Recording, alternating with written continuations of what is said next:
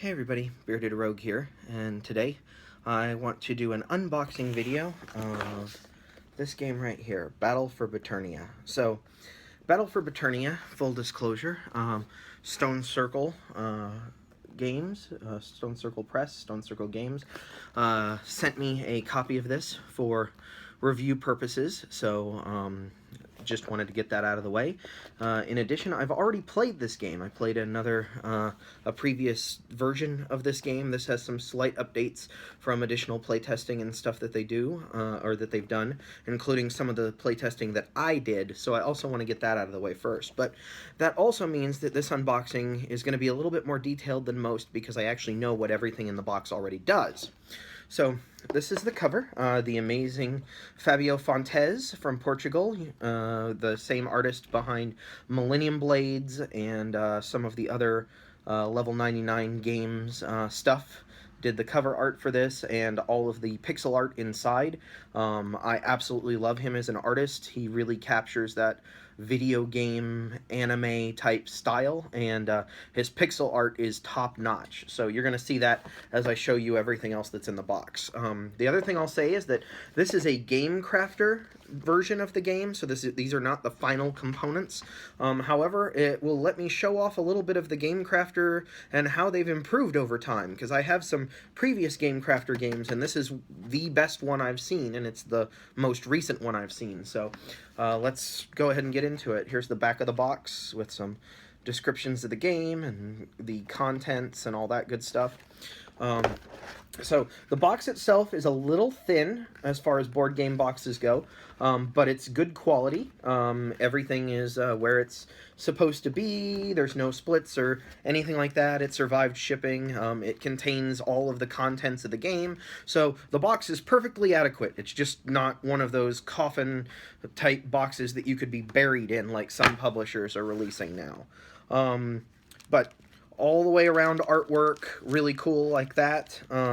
That's a Gamecrafter thing. Obviously, the final version of this game will have more finalized production box and components and stuff. But so what do we have inside? So we have 2 baggies of cards. We'll get to those in just a second.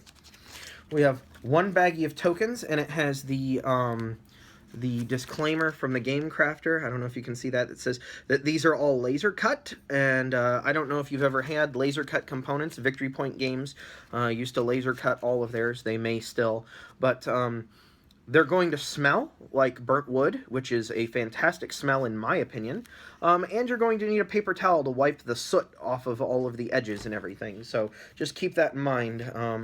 I'm gonna go ahead and do that off camera later on, but I just wanted you to see these are all the tokens. We'll open that up in a bit once I get everything out. Here are the standees. Again, they're laser cut. They're the pixel imagery on them for all of the different characters. It also has the Gamecrafters notice that these are laser cut tokens and you'll have to wipe soot off. I can attest that these standees, which are the same as the last iteration of the game, fit together really well and stand up really well, and I may punch one out and show you guys that here in just a minute.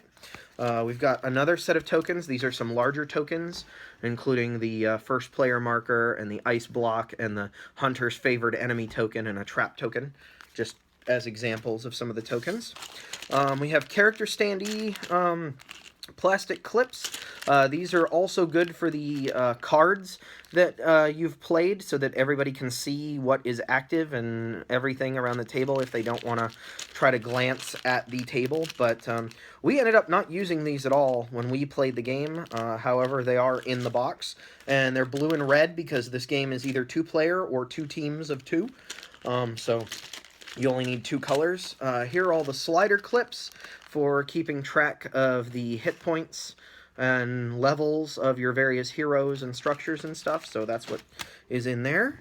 Next, we have the actual board, and this board is awesome. Gamecrafter has really stepped up their quality as far as boards go. It is a standard quad-fold board. As you can see, it's got the seams in it.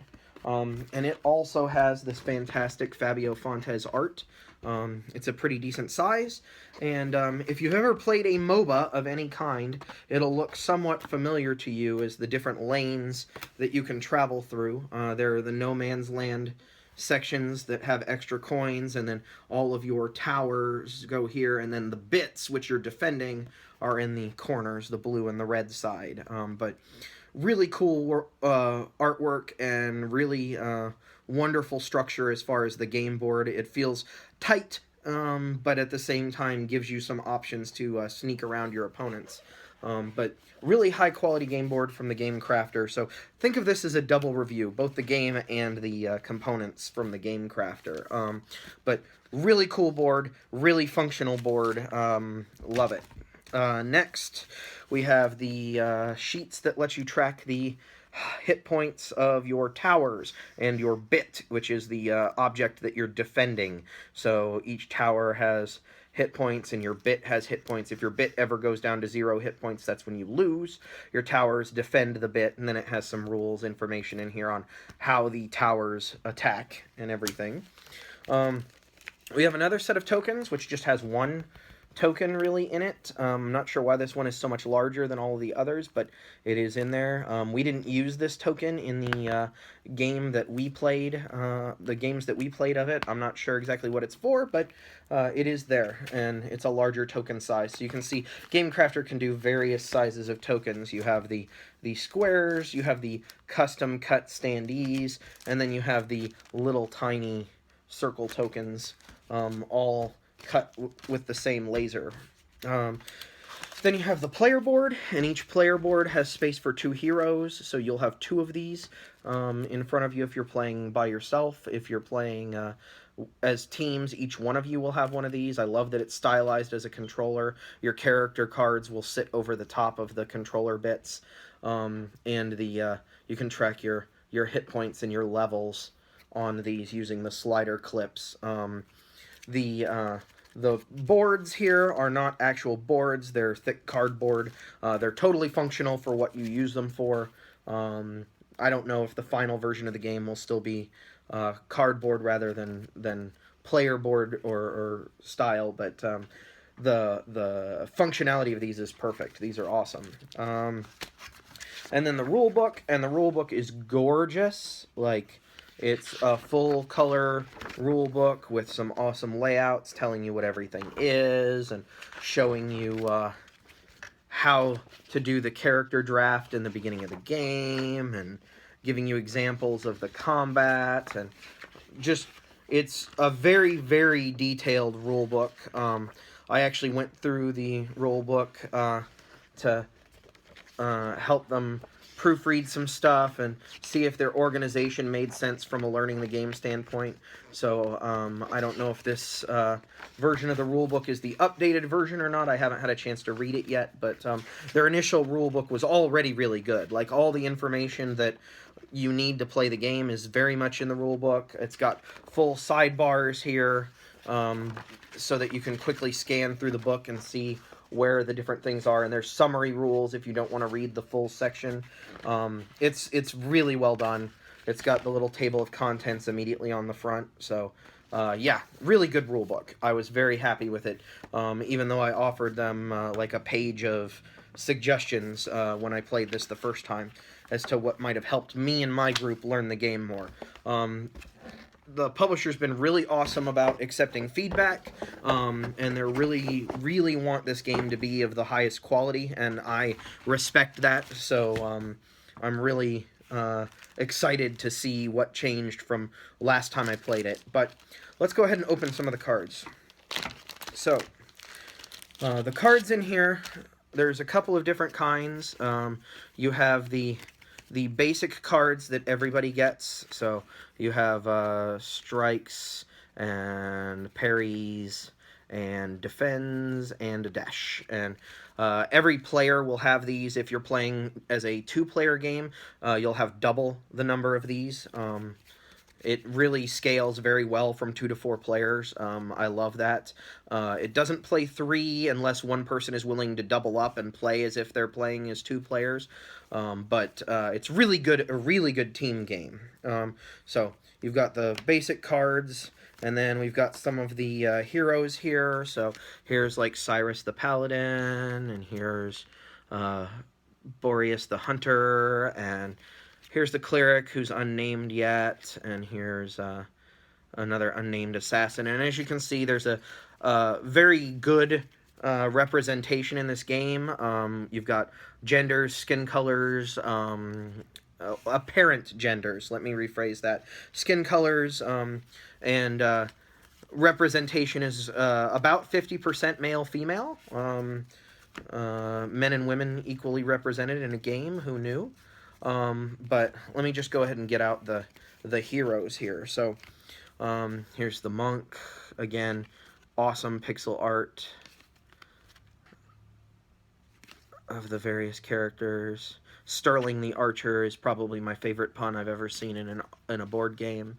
The Duelist and the Barbarian. And all of these characters are available to draft, and you'll have 8 of them available in the course of the game, so 4 on each side. If you're playing 4 players, each of you will have 2 of them that you're controlling. Gamecrafter cards are high quality. I think these are the upgraded Gamecrafter cards, but I've never had a problem with the cards from Gamecrafter, especially the upgraded ones. I prefer some of the other places that are card-specific, but there's nowhere else card-specific that you can get all of the other components like laser cut tokens and fully wrapped boards and stuff like that. So Gamecrafter keeps pace with everybody else, even if they aren't as card-centric as some of the other places. So those are all the heroes, and then all of the heroes, let me find one here so I can give you an example. Oh, I don't have I missed the wizard. Here's the wizard. So you'll see all these characters have their name and their class, and then they have an icon that denotes who they are and how many hit points they start with, and then their special ability.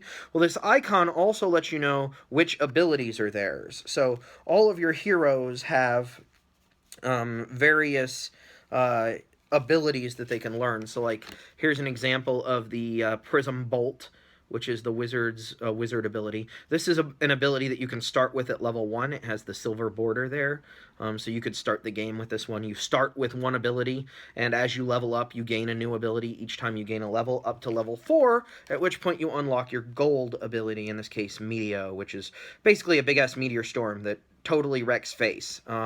It's one of the hardest hitting attacks in the whole game, by far, but yeah, and the little shield here on the attacks is your defense number. So once you play an attack, it stays out and it tells how much damage resistance you have to attacks that are coming at you until the next time you reveal cards. It is a simultaneous action selection game, so everybody will pick a card from their hand that they're going to put face down for each of their characters, and it could be a character-specific card or one of the generic abilities.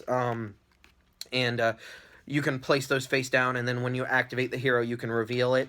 You can choose to not reveal it, to instead gather resources, which will get you gold, which will allow you to level your heroes up and gain additional abilities. It is a deck-building game, sort of.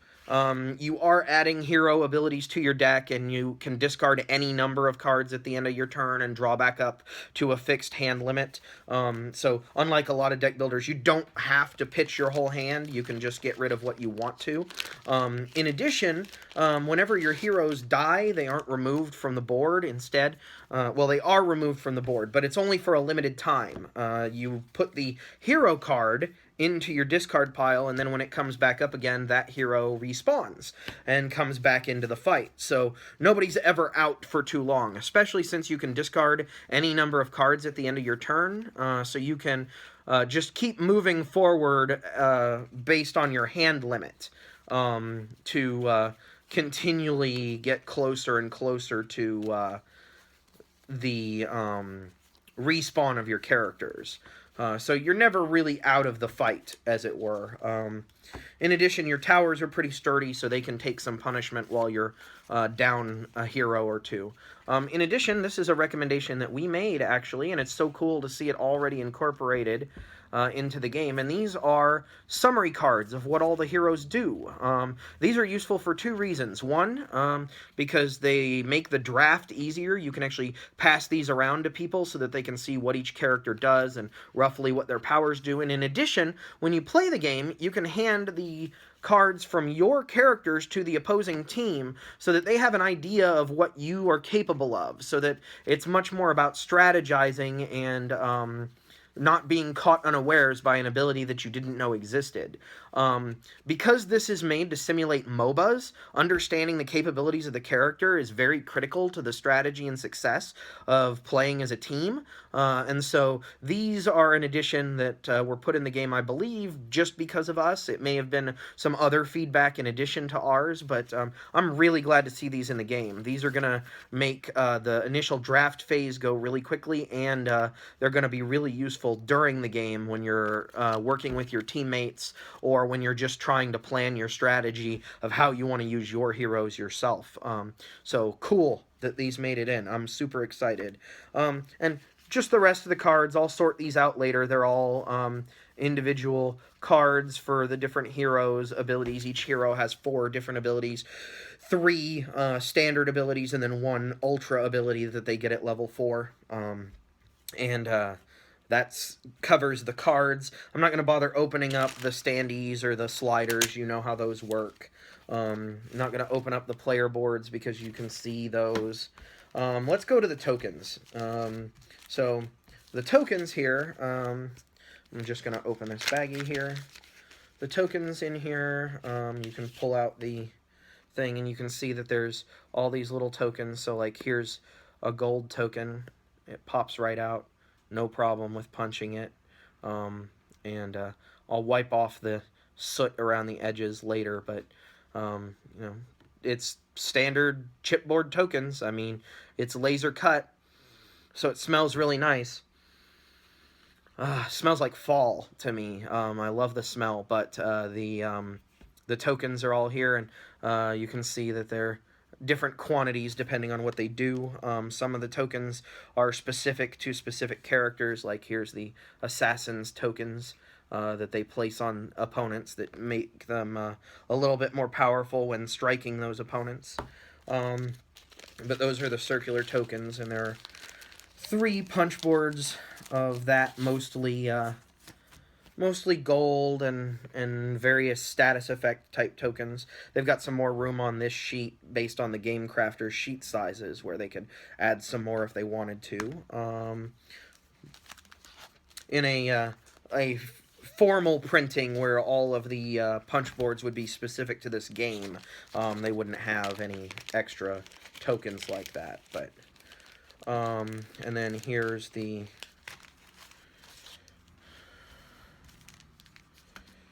smaller size squares, the first player marker right here. Again, no issues with that. A lot of this stuff I don't think is final art. I think they're still working on some of the stuff as far as getting Fabio to illustrate it, but I don't know what is and what isn't final art. I'm sure that all of the pixel cards are, the pixel art stuff is final art, and I believe that each one of these abilities ultimately will have its own art. So like here's the prism bolt, as you can see, and then it's different from the Wizard's Meteo, even though it belongs to the same character.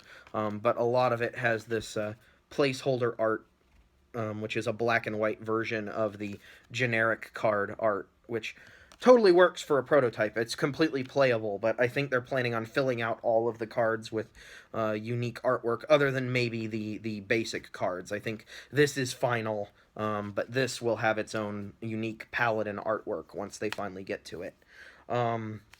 So there's the square tokens. Again, they've got some extra space on this punch board that's not needed, but a custom punch board wouldn't have that problem.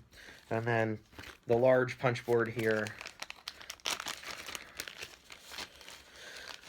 again, there's only the 1 token, but there we go. It's the To the Pain token.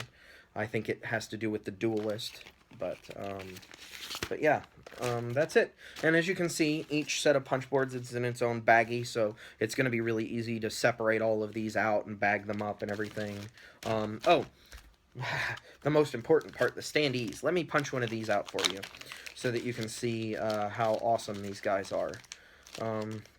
Again, I'll wipe them all down and stuff off camera, but I want to show you guys these standees. So they come out in 2 parts, and as you can see, they punch really easily without anything hanging on to it. So there's the paladin, and it's the same artwork that's on the paladin's card, so it's really easy to identify which hero is which. And then you just slot the 2 slots into each other, and yeah, they stand up great, just perfectly. Occasionally, depending on the name, the little standee portion will cut into the actual name on the character, but for the most part, it's still readable, and none of the characters, like I said, they all have their own unique artwork, and it matches the cards, so there's no danger. Like here's the paladin and his reference card, so, or her.